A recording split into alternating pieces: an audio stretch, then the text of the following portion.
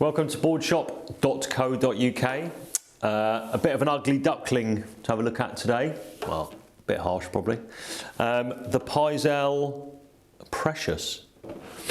Curious name, no idea where that comes from. Some guy called Jai Glindeman's pro model.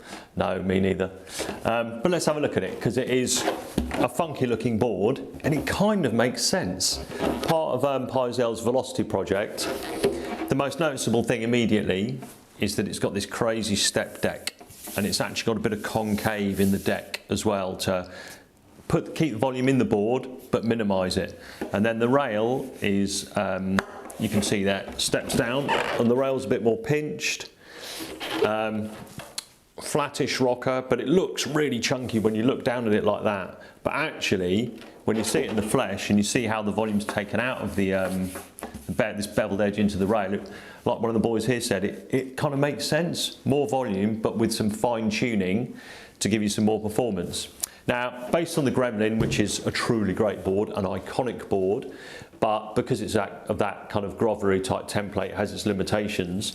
The Precious is designed to do the stuff that the Gremlin does, i.e. grovel a bit and grovel really well, but also take you up to be able to surf a much bigger range of waves, punchier waves, faster waves and bigger waves. And if you look at the video of that chap, Jai Glindeman, surfing it, it looks so smooth. And there are some other videos of him surfing other boards. He doesn't look anywhere near as smooth on those as he does on this, the Precious. So there's definitely something in it. As a one board kind of quiver, I wonder how many times I've said that in my life, it does make sense. It's got volume where you need it. It's fine-tuned into the rail, a little bit narrower than the Gremlin to give you that performance and responsiveness and liveliness. There's enough rocker up there to deal with steeper drops, and there's a bit of rocker through the tail. There's the classic concave setup, running into a double here, all the way through the fins, and then a bit of V out the back to help the board release into turns. And you kind of don't want to like it, but you kind of do. It's a bit weird.